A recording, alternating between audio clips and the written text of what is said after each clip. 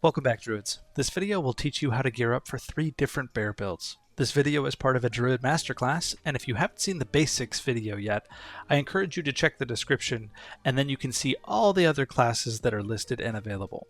This video will not go into detail about how to fight as a bear. I will touch on that slightly, but to learn more about actual combat, please visit my PvP basics video in the description. The first build that we're going to talk about is my main build. This is the Daddy Apex, or what everybody else calls it, Dex Bear. Something to consider with this build is that you can play one of 2 ways. You can either stack strength and have like Giga Chad one-shot ability, and then look for secondary stats like Dexterity on strength gear, but that typically is very expensive.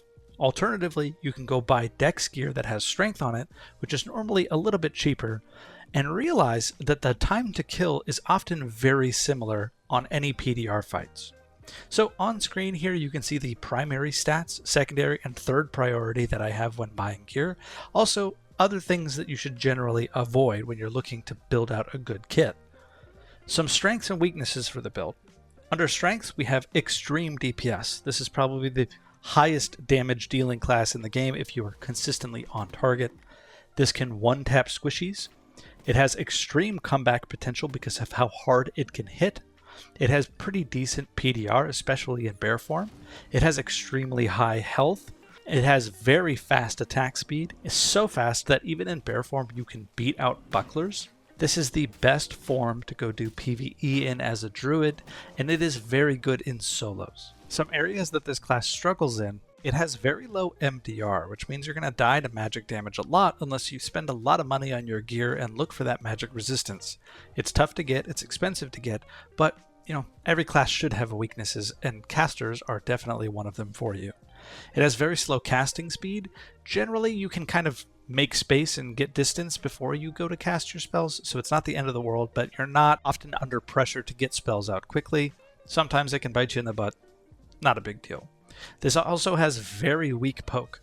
You're going to have some of the worst range in the game. I mean, you're playing Druid after all. So all of these specs that I'm talking about today have very weak range, very weak poke. This build is also what I would consider weaker of the 3 when you're looking to scale it up for team play. This is very solid in solos, especially when you have nobody to rely on but yourself. But this build is very focused around killing somebody quickly. It doesn't focus on healing. It doesn't focus on zoning. It doesn't focus on protecting your team or anything else like that. So the other 2 specs that I'm going to talk about here in a minute are better than this at that. Also listed on screen, you can see the perks and the spells that I run. When building a kit, try to aim for as much strength and dexterity as you can.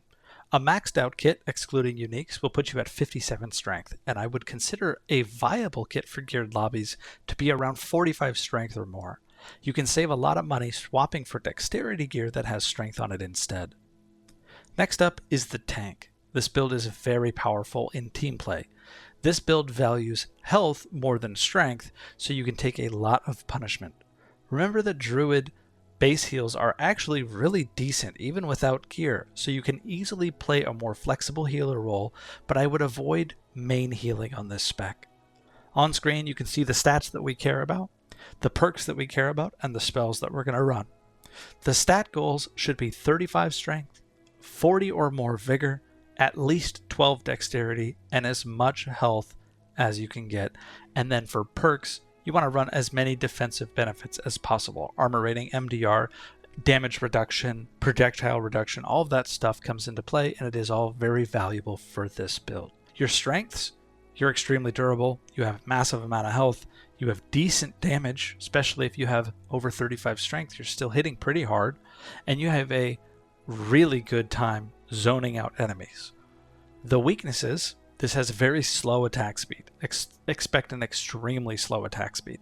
You're a resource hog, which means you have a lot of health, so if somebody's trying to top you up, it takes a lot of heals to heal you, especially when you're in bear form, to get you back up to full HP. This cannot one-tap anybody. It's not going to one-tap wizards, it's not going to one-tap rogues. You can 2-tap people still at 35 strength, but you're not going to be that one-tap giga hitting machine that the other build we just talked about is. And just like everything else, it has no range. Lastly, we have the hybrid bear healer. Similar to the tank, you sacrifice power for health. In this build, you're looking for magical healing, Roughly 12 to 14 should suffice. If you have that much, that alone adds 21 healing to your restore across your team. It also makes your Nature's Touch heal for 21, your Dreamfire heals for 24 per hit, and that's a lot of extra health. Be warned though, your resources are somewhat limited on this spec, and it doesn't work well with many compositions. On screen you can see the stats that you care about, the perks that we're going to be running, the spells that we're going to be running, with our stat goals being very similar to the tank at 35 strength, 40 vigor, minimum of 12 dexterity, and at least 155 health in human form.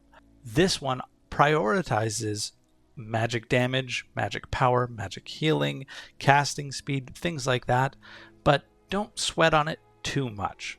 Remember, Druid is extremely good with their base kit heals because they didn't have scaling until they just got a buff in this most recent patch, so your heals are pretty good even without gear.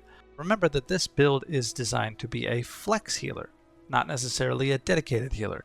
I will have a video in the description linking to a build for a dedicated full healer druid where you're min-max to the 9 with as much magical healing as possible. So don't forget to check that out if that's something that interests you. That wraps up the 3 most viable bear builds in my eyes. Some extra advice when you're gearing up. Remember, don't sweat about having the absolute best in slot gear. Druid is super flexible, and while playing Dex Bear, you might not want spellcasting speed, but that doesn't mean that it's going to be worthless to you. By far, the most important thing for you as a druid are your primary attributes. Focus on getting those where you want them to be, and the rest is all kind of gravy. Don't forget to check the description for more guides, and hit that join button for the top secret videos. See you guys in the dungeon.